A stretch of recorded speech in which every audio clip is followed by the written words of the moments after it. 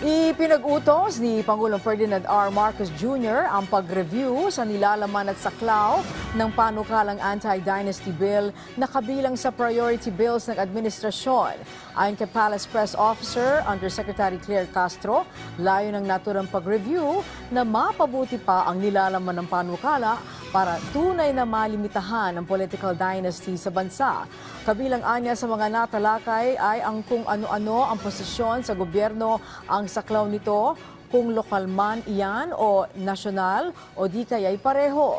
Kinokonsidera din anya ng administrasyon ang pagbalanse sa pagpapatupad nito sa harap ng sitwasyon ngayon ng politika sa bansa at dynamics sa local government. Nagkaroon po ng meeting tungkol sa anti-dynasty bill. Pinag-usapan po doon yung mga maaaring lamanin o ma-propose na provisions para sa anti-dynasty bill dahil ito po ay isa sa mga priority bills ng ating Pangulo.